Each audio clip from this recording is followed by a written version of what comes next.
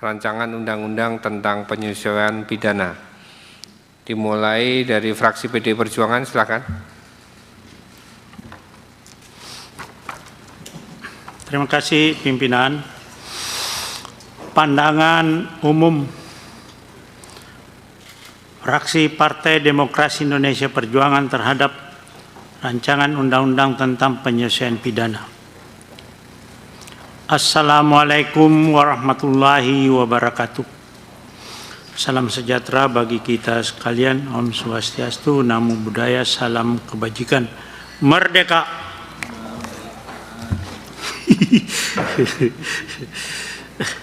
Yang kami hormati pimpinan dan anggota Komisi 3 DPR RI, Bapak Menteri Republik Indonesia, Menteri Hukum Republik Indonesia atau yang mewakili para hadirin yang saya hormati. Pimpinan dan bapak-bapak, ibu-ibu Dewan yang terhormat. Puji syukur marilah kita panjatkan kehadirat Allah Subhanahu wa Ta'ala atas rahmat dan karunia-Nya. Kita dapat hadir pada rapat Komisi 3 DPR RI dengan agenda mendengarkan pandangan umum fraksi terhadap rancangan undang-undang tentang penyesuaian pidana. Fraksi PDI Perjuangan menyambut baik upaya pemerintah untuk menyelaraskan ketentuan pidana yang tersebar di berbagai peraturan perundang-undangan sektoral. Disharmonisasi pemidanaan selama ini memang telah menimbulkan ketidakpastian hukum serta membuka ruang multitafsir dalam penegakan hukum. Namun penyeragaman atau harmonisasi pidana apabila tidak dilakukan secara hati-hati dapat menimbulkan ketidakadilan baru, terutama terhadap rakyat kecil atau kelompok-kelompok rentan. Oleh karena itu, penyesuaian ini harus memperhatikan landasan filosofi yang kuat, kajian akademi yang komprehensif, serta mempertimbangkan realitas sosial yang berkembang di tengah masyarakat. Pimpinan dan anggota Dewan yang kami hormati, sebelum fraksi Partai Demokrasi Indonesia Perjuangan menyampaikan sikap atas rancangan undang-undang tentang penyesuaian pidana, izinkan kami memberikan catatan sebagai berikut. Pertama, penegasan bahwa pengaturan mengenai penjatuhan sanksi baik yang bersifat pidana maupun administratif harus dilakukan berdasarkan asas proporsional dan akuntabilitas, sehingga setiap tindakan penegakan hukum tidak hanya mempertimbangkan tingkat kesalahan dan dampak perbuatan, tetapi juga memastikan adanya pertanggungjawaban yang transparan dapat dipertanggungjawabkan, serta selaras dengan prinsip keadilan yang menjamin perlindungan hak-hak warga negara.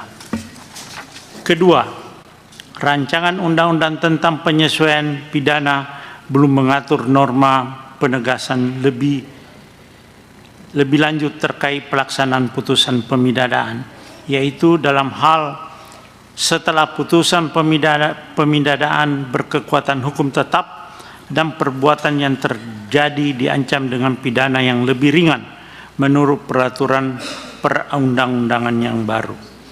Ketiga, ketentuannya menghapus setiap orang dapat dimintai pertanggungjawaban atas tindak pidana yang dilakukan oleh orang lain merupakan terobosan yang selaras dengan asas kesalahan atau hal yang menjadi rujukan etik dalam perlindungan hak tersangka atau terdakwa yang diatur dalam KUHP baru. Keempat, terkait pemanggilan, pemeriksaan dan pelaksanaan putusan terhadap korporasi harus disesuaikan dengan KUHP yang baru yang telah mengatur secara komprehensif.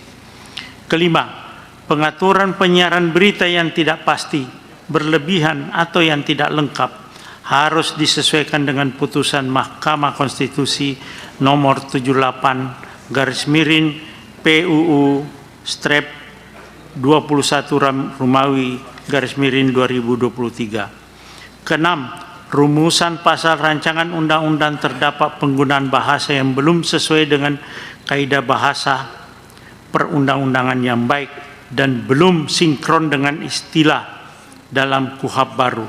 Kemudian terdapat beberapa frasa yang salah ketik atau tipe. Selain itu, terdapat rujukan ayat atau pasal yang keliru. Oleh karena itu, kesalahan tersebut harus disempurnakan dalam proses pembahasan rancangan undang-undang.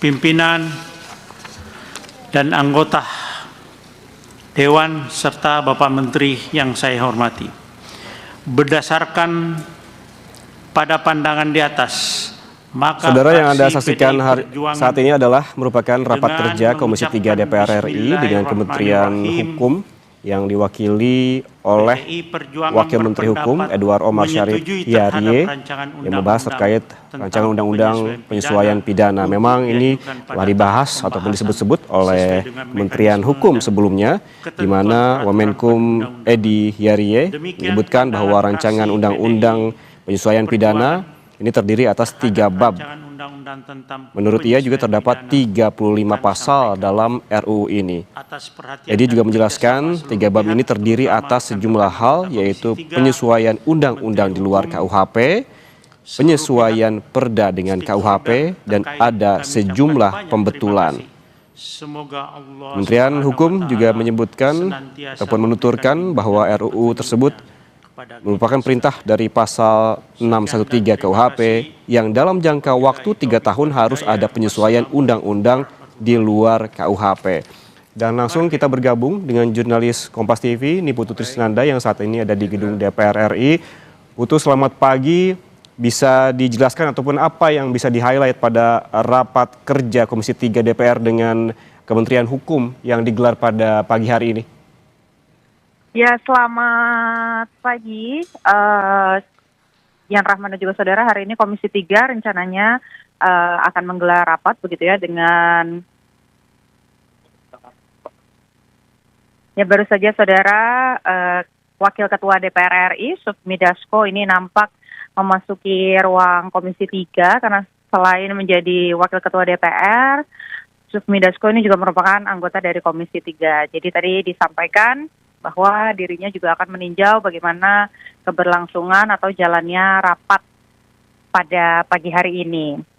Kalau bicara soal rancangan undang-undang penyesuaian yang saat ini tengah dibahas dengan Komisi 3, memang ada beberapa hal yang disampaikan Yan Rahman dan juga saudara. Dari Khususnya Golkar kalau pertanyaannya sudah adalah mengapa kemudian DPR seolah mengebut proses dari Gerindra dari silakan. RUU penyesuaian pidana, karena memang pada prosesnya dengan adanya KUHP atau KUHP yang baru dan akan berlangsung atau diterapkan pada Januari 2025, ini harus ada penyesuaian dengan undang-undang lain di luar KUHP nasional yang juga akan diterapkan pada Januari 2025. Di mana ada beberapa hal yang akan diatur dalam rancangan undang-undang penyesuaian pidana, yaitu nantinya akan disusun dalam 3 bab dengan ada 35 pasal, dan targetnya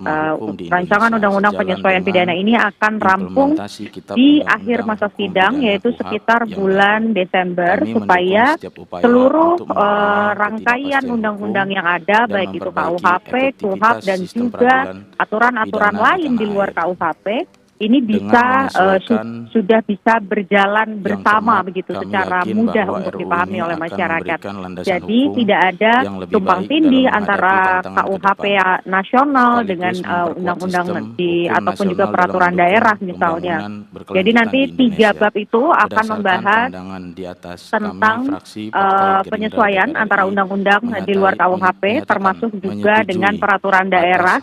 Lalu ada juga penyesuaian peraturan daerah dengan KUHP dan ada juga perbaikan redaksi. Hari ini ataupun juga saat ini yang Rahman dan juga saudara yang saat ini tengah Anda saksikan gitu ya lewat layar kaca, nampak memang ada Ketua Komisi 3 dari politisi fraksi Gerindra, Habibur Rahman, kemudian juga ada Wakil Menteri Hukum, Edi Hiari, yang juga ikut dalam kegiatan pada pagi hari ini. Tadi sebelum memulai rapat, Yan Rahman dan juga saudara, sebetulnya kami Kompas TV sudah sempat berbincang sedikit begitu ya dengan Edi Hiari terkait dengan pembahasan apa yang akan dilakukan. Namun memang belum banyak yang disampaikan karena dirinya mau akan rapat terlebih dahulu, baru setelah itu nanti akan menyampaikan hal-hal apa saja yang sudah disepakati ataupun juga masukan-masukan apa saja dari masing-masing fraksi. Visual yang Anda saksikan saat ini, Rahman dan juga saudara, ini merupakan bagian atau waktu yang dipersilahkan kepada perwakilan dari fraksi-fraksi di legislator Komisi 3 untuk menyampaikan pandangan-pandangannya. Tadi sebelum saya melaporkan, Yan Rahman dan juga saudara, ini baru tiba di giliran fraksi PDI Perjuangan, di mana ada beberapa catatan yang disampaikan seperti memperbaiki typo atau salah ketik dalam dalam KUHP yang sudah disahkan. Kemudian juga ada poin di mana yang dipertanyakan oleh fraksi PDI Perjuangan, salah satunya adalah berkaitan dengan bagaimana keputusan yang nantinya akan diambil atau dampak hukum yang nantinya akan diambil ketika ada orang yang sudah berkekuatan hukum tetap begitu ya, sanksi yang diberikan, tapi lalu mendapatkan hukuman yang lebih ringan dengan adanya KUHP yang baru. Nah, ini belum dijelaskan secara rinci akan seperti apa, dan kalau nanti memang bisa menimbulkan adanya kerancuan begitu, maka nanti akan ada pasal khusus begitu, ataupun juga nanti akan menjadi peraturan turunan yang harus membahas hal tersebut. Nah, itu adalah pandangan dari fraksi PDI Perjuangan. Tadi juga saya melihat di dalam ruang sidang bukan hanya PDI Perjuangan saja, tapi juga ada dari Nasdem, Demokrat, PKS, Gerindra, kemudian juga ada hampir semua ini mengikuti begitu ya, karena hari ini adalah agendanya satu untuk mendengarkan bagaimana pandangan fraksi, kemudian yang kedua juga untuk mendengarkan penjelasan dari pemerintah yang nantinya pasti akan masuk ke tahap selanjutnya, karena memang kalau lihat waktunya begitu ya, hanya punya waktu 2 bulan saja dari target yang ditetapkan, yaitu selesai pada bulan Desember. Dan kalau kita bicara soal KUHP dan juga KUHAP, sebetulnya ini memang mendapatkan banyak sekali kontroversi, di mana masyarakat sipil ini merasa masih banyak pasal-pasal yang bermasalah, termasuk soal adanya penyitaan, penggeledahan, ini dianggap masih bisa menjadi satu bentuk kriminalisasi jika tidak diperinci begitu bagian-bagiannya mana saja, dan bisa menjadi alat oleh aparat penegak hukum untuk kemudian melakukan kriminalisasi.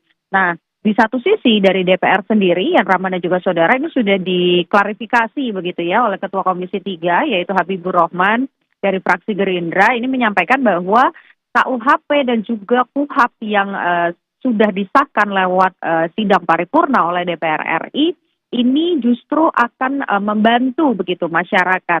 Dalam hal ini memberikan perlindungan, di mana disampaikan bahwa pada peraturan atau undang-undang sebelumnya ketika masih berstatus saksi ini tidak bisa didampingi oleh advokat atau kuasa hukum. Sementara dalam undang-undang yang baru ini diatur bagaimana kuasa hukum itu bisa mendampingi seseorang ketika berhadapan dengan hukum meskipun statusnya masih merupakan saksi. Tidak hanya itu, Yan Rahman dan juga saudara, hal lain yang ditekankan oleh Ketua Komisi 3 Habibur Rahman ini juga berkaitan dengan kewenangan dari kuasa hukum pada saat melakukan pendampingan. Karena tadinya hanya diperbolehkan untuk melihat dan mencatat proses pemeriksaan sampai nantinya menjadi BAP, tapi di undang-undang yang baru ini diatur dan juga diberikan keleluasaan begitu ya bagi para advokat untuk mendebat ataupun juga memberikan catatan keberatan yang nantinya catatan keberatan dari kuasa hukum itu juga bisa masuk dalam BAP dari penyidik. Jadi